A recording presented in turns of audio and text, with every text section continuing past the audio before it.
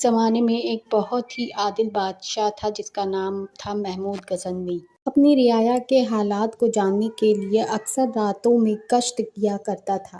ایک دن ایسے ہی وہ رات کو گشت کر رہا تھا کہ تبھی اچانک ایک سنسان راستے پر 5 لوگ بیٹھے باتیں کر رہے تھے۔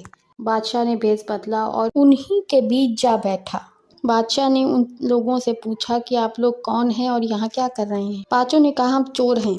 اب کس جگہ چوری کرنا یہ پلان کر رہے ہیں؟ پھر ان 5 نے اپنی چوری کرنے کی خوبی بیان کی۔ ان میں سے پہلے نے کہا کہ میرا کان اتنا تیز ہے کہ مالک کا کتا بھونک کر کے جو بھی بات بتانا چاہتا ہے اپنے مالک کو وہ مجھے پتہ چل جاتا ہے کہ وہ کیا کہنا چاہتا ہے۔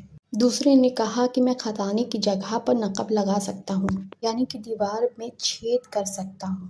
تیسرے نے کہا میں سونگھ کر کے خزانے کا پتہ لگا سکتا ہوں۔ چوتھے نے کہا کہ میں رات میں جس کو دیکھ لوں اسے دن میں بھی پہچان سکتا ہوں۔ 5ویں نے کہا کہ میں کمر بند اتنی اچھی باندھتا ہوں کہ اونچی سے اونچی مینار پر پہنچ سکتا ہوں۔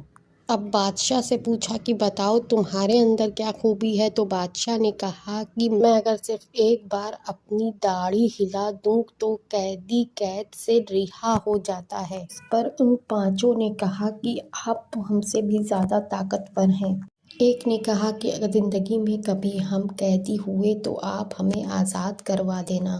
ان 5 نے بادشاہ کے محل میں چوری کرنے کا ارادہ کیا۔ بادشاہ بھی ان کے ساتھ ہو لیا۔ جیسے ہی انہوں نے بادشاہ کے محل میں قدم رکھا پاس میں کتا بولنے لگا۔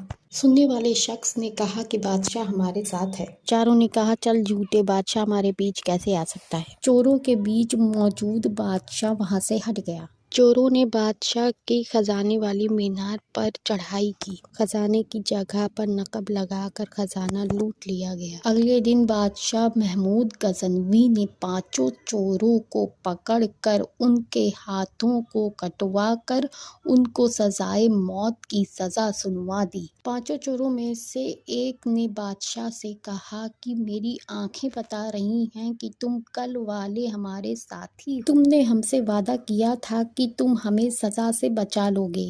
بادشاہ کو رحم آ گیا۔ بادشاہ نے جیسے ہی اپنی داڑھی ہلائی وہ 5 جیل سے رہا ہو گئے۔ مولانا جلال الدین رومی رحمۃ اللہ علیہ فرماتے ہیں کہ جس نے بھی راتوں کو اٹھ کر اللہ رب العزت کو اپنا دوست جانا اور اللہ کی عبادت کی تو اللہ رب العزت بھی اپنے بندوں کے صبح کے مشکلات کو حل کر دیں گے۔